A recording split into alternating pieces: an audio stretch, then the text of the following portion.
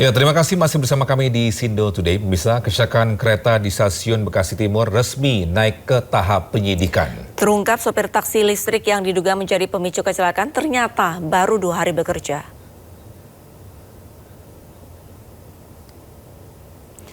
Polisi melakukan olah TKP, pemeriksaan saksi, pengumpulan barang bukti, serta pendalaman rekaman CCTV. 24 orang sudah diminta keterangan oleh polisi dan 7 lainnya menjalani pemeriksaan di KCI Pusdal Lopska, 1 stasiun Manggarai. Mereka terdiri dari Kapusdal, petugas pengatur perjalanan kereta api, petugas sinyal, masinis KRL komuter, masinis dan asisten masinis Argo Bromo Anggrek, serta pengendali sinyal. Sementara itu polisi juga memeriksa sopir taksi listrik yang diduga memicu kecelakaan ternyata baru 2 hari bekerja. Ini terjadi kecelakaan ini kereta tabrak mobil.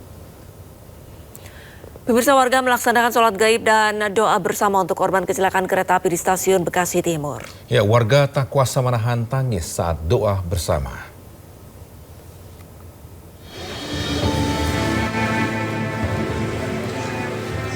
Untuk mengenang dan mendoakan 16 korban meninggal dalam peristiwa kecelakaan maut antara komuter lain dan Argo Bromo Anggrek, ratusan warga dan pemerintah kota Bekasi menggelar sholat goib dan juga doa bersama. Kesalahan saudara-saudara kami. Isak tangis warga pun tak terbendung saat lantunan doa diucapkan. Seorang warga bahkan pingsan tak kuasa menahan haru kesedihan.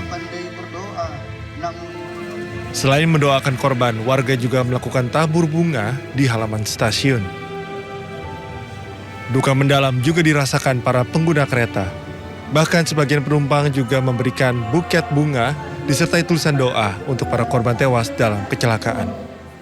Ya, alhamdulillah hari ini kita mengadakan doa bersama untuk mengenang para syuhada dalam korban daripada kecelakaan Argo Bromo Anggrek dan KRL. Dan ini merupakan suatu upaya kita agar supaya nantinya bersama-sama dengan seluruh masyarakat kita mendoakan mereka yang korban dan juga keluarga. Untuk mencegah kecelakaan yang sama kembali terulang, Pemkot Bekasi berencana akan membangun flyover pada tahun ini dan menutup perlintasan Ampera dan perlintasan tidak resmi. Dari Bekasi, Jawa Barat, Rahmat Hidayat, iNews melaporkan. Dirut PT KAI Bobi Rashidin menegaskan tidak membedakan laki-laki atau perempuan dalam urutan gerbong kereta seperti yang diusulkan Menteri PPPA Arifah Fauzi. Ya, sang menteri kemudian meminta maaf setelah usulan pemindahan gerbong perempuan ke tengah dianggap kurang tepat.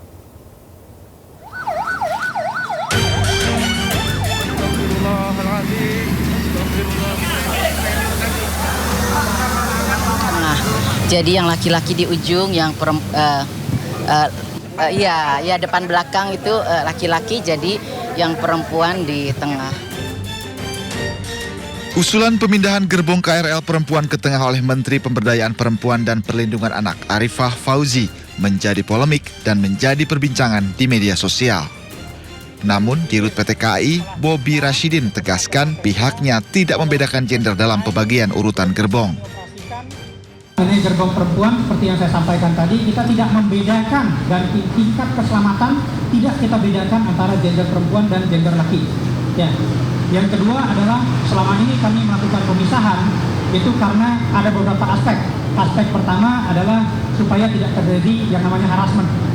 Yang kedua adalah memberikan kemudahan akses untuk para perempuan atau para wanita juga. Yang ketiga adalah memberikan security yang lebih. Karena itu kan lebih dekat dengan penjaga yang ada di itu, maka dari ujung ke ujung. Sehari setelah usulkan pemindahan gerbong ke tengah, Menteri PPA kemudian meminta maaf. Arifah sadar pernyataannya kurang tepat. Saya menyadari bahwa pernyataan tersebut kurang tepat.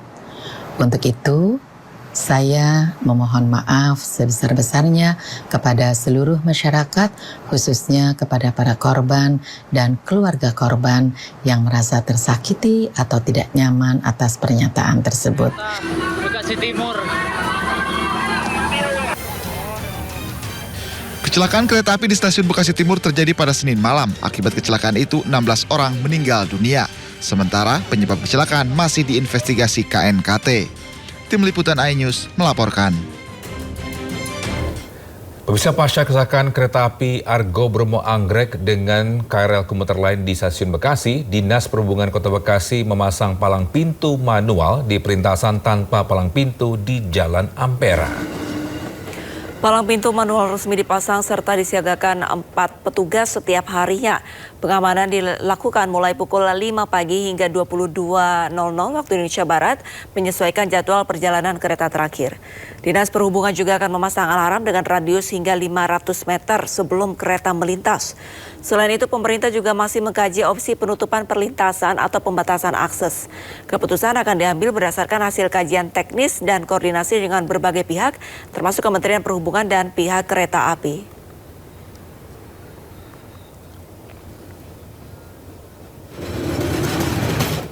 PT KAI Daerah Operasional 2 Bandung mencatat ada ratusan palang pintu perlintasan yang tidak dijaga oleh petugas KAI. Ya, dari 342 perlintasan sebidang, ini hanya ada 115 yang dijaga secara resmi. Banyaknya angka kecelakaan akibat tertemper kereta api, petugas PT KAI Daerah Operasional 2 Bandung memperketat penjagaan di pintu perlintasan kereta api. PT KAI DAOP 2 Bandung mencatat sebanyak 342 perlintasan sebidang di wilayah DAOP 2 Bandung. Dari total tersebut hanya ada 115 perlintasan yang dijaga secara resmi oleh petugas KAI, sementara perlintasan ilegal sebanyak 227 perlintasan. Selain itu, PT KAI juga sudah menutup 29 perlintasan ilegal untuk menjaga keselamatan warga dan juga penumpang kereta api. Menurut Humas DAOP 2 Bandung, pada tahun ini sudah ada 4 kejadian kereta api menemper kendaraan. Seluruh kejadian berada di perlintasan yang tidak resmi. Ya, untuk tahun ini saja, artinya di tahun 2026 ini telah terjadi 4 kali kasus temperan di wilayah DAOP 2 Bandung di perlintasan sebidang. Nah, tentunya kembali bahwa memang perlintasan sebidang ini perlu peran serta semua pihak. Salah satu yang paling penting adalah selain kedisiplinan dari pengguna jalan, tentunya peran serta tokoh masyarakat dan orang tua. Mereka kami minta untuk sama-sama membantu untuk mengingatkan siapapun warga masyarakat yang kebetulan berada di lokasi tersebut untuk jangan berada dan mendekat lokasi tersebut. Karena kita tahu jalur kereta api itu hanya diperuntukkan untuk operasional kereta api, bukan untuk kegiatan lain. Masyarakat dihimbau agar tidak menerobos pintu perlintasan kereta api jika palang pintu perlintasan sudah menutup. Selain itu, jika ada warga yang menerobos perlintasan kereta api, akan diberikan sanksi denda Rp750.000 atau kurungan selama 3 bulan.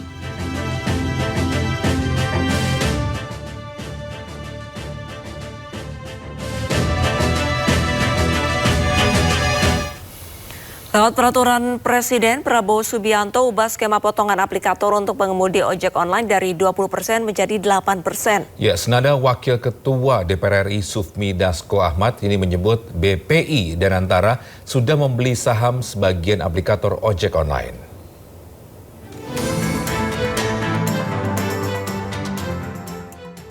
Kabar baik bagi para pengemudi ojek online.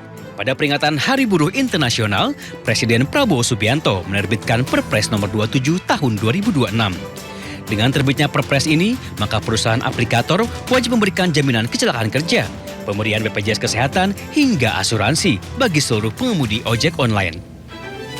Tidak hanya itu, lewat Perpres ini, potongan aplikator ojol berubah dari 20% menjadi 8%. Saya juga telah tanda tangan Peraturan Presiden nomor 27 tahun 2026 tentang perlindungan pekerja transportasi online. Juga tadi pembagian pendapatan dari 80% untuk pengemudi sekarang menjadi minimal 92% untuk pengemudi pengemudi.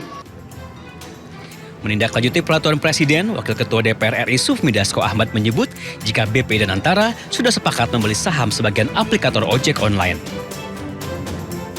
Pemerintah melalui Danantara sudah masuk ke dalam aplikator, itu mengambil bagian saham. Tadi juga sudah disampaikan bahwa karena ini aplikator sebagian sudah diambil oleh pemerintah, sehingga sistem kebijakan dan lain-lain akan disesuaikan secara perlahan, tapi pasti paling pertama adalah kemudian menurunkan biaya yang diambil oleh aplikator, tadinya 20 atau 10 ini, sehingga aplikator hanya akan mengambil 8%. Tidak hanya membeli saham aplikator ojek online, saat ini pemerintah dan DPR juga tengah membuat simulasi terkait status hubungan kerja antara pengemudi ojek online dengan aplikator ojek online. Dengan terbitnya Perpres nomor 27 tahun 2026 dan dibelinya saham aplikator oleh pemerintah, diharapkan pendapatan dan kesejahteraan para pengendara ojek online semakin meningkat. Tim Liputan iNews melaporkan.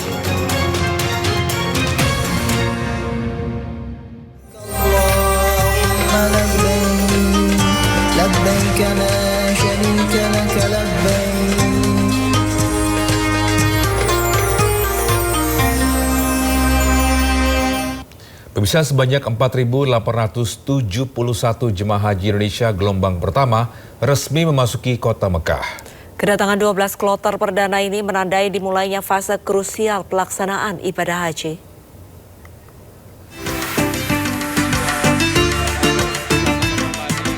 Kota suci Mekah resmi menerima kedatangan tamu Allah dari Madinah pada Kamis siang waktu setempat.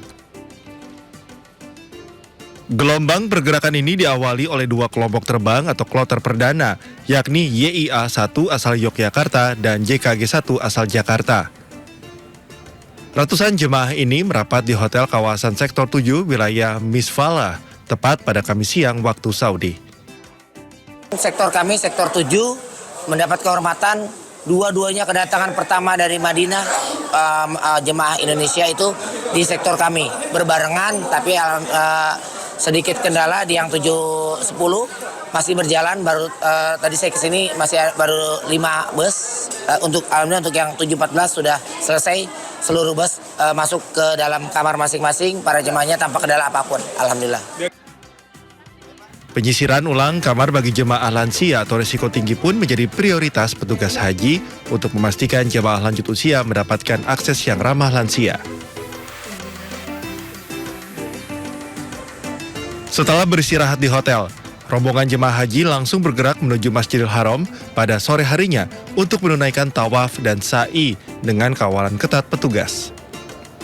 Dari Mekah, Arab Saudi, Ike Kusuma, iNews melaporkan. Klinik Kesehatan Haji Indonesia atau KKHI Mekah resmi mengoperasikan layanan darurat 24 jam. Ya, namun tahun ini klinik tidak menyediakan fasilitas rawat inap. Ya, 122 personel kesehatan profesional disiagakan untuk mengawal keselamatan jemaah di 10 sektor pemukiman. Namun ada yang berbeda pada skema pelayanan tahun ini. Guna mempercepat penanganan dan mematuhi regulasi lokal, KKHI Mekah ini tidak lagi menyediakan fasilitas rawat inap. Klinik kini berfungsi sebagai Urgent Care Center atau UCC berbasis rawat jalan, tindakan cepat, dan rujukan. Tidak ada rawat inap. Jadi kita seperti klinik 24 jam. Klinik 24 jam itu bunyinya UCC. Urgent Care Center. Jadi karena UCC level 2, level 3, kita layanannya layanan klinik 24 jam. Rawat jalan, kemudian kita lakukan tindakan, kemudian kita rujuk ke Rumah Sakit Arab Saudi. Cuaca panas di Tanah Suci memang kadang bikin kita cepat lelah. Ya, tapi jangan khawatir, ada siasat sederhana agar jemaah haji tetap bugar dan khusyuk beribadah tanpa takut dehidrasi. Seperti apa tips lengkapnya? Berikut liputan untuk Anda.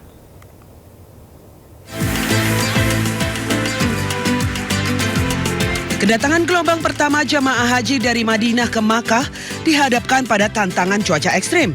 Dengan tingkat kelembapan yang sangat rendah, risiko dehidrasi hingga sengatan panas atau heat stroke mengintai para tamu Allah.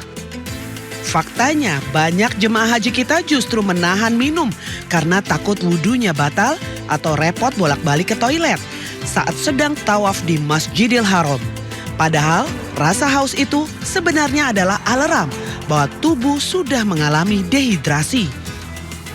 Untuk menyiasatinya, ada sebuah rumus jitu, yakni minum secara berkala, 4 teguk setiap 10 menit untuk menghindari heat stroke. Selain rumus 4 teguk bercampur elektrolit, ada tips penting lainnya bagi jemaah yang baru tiba di Mekah. Pertama, jangan langsung memaksakan diri melakukan umroh wajib. Jemaah diimbau untuk beristirahat sejenak di hotel dan memilih waktu umroh saat matahari sudah tidak terik. Kedua, gunakan selalu alat pelindung diri seperti payung dan masker untuk mencegah tenggorokan kering yang bisa memicu batuk. Yang harus diingat, puncak haji di Ar-Musnah masih menanti. Pastikan fisik Anda tetap prima dan strategi hemat tenaga diterapkan agar seluruh rangkaian ibadah berjalan sempurna. Dari Mekah, Arab Saudi, Ika Kusuma, iNews melaporkan. Labbaik Allahumma labbaik, labbaik la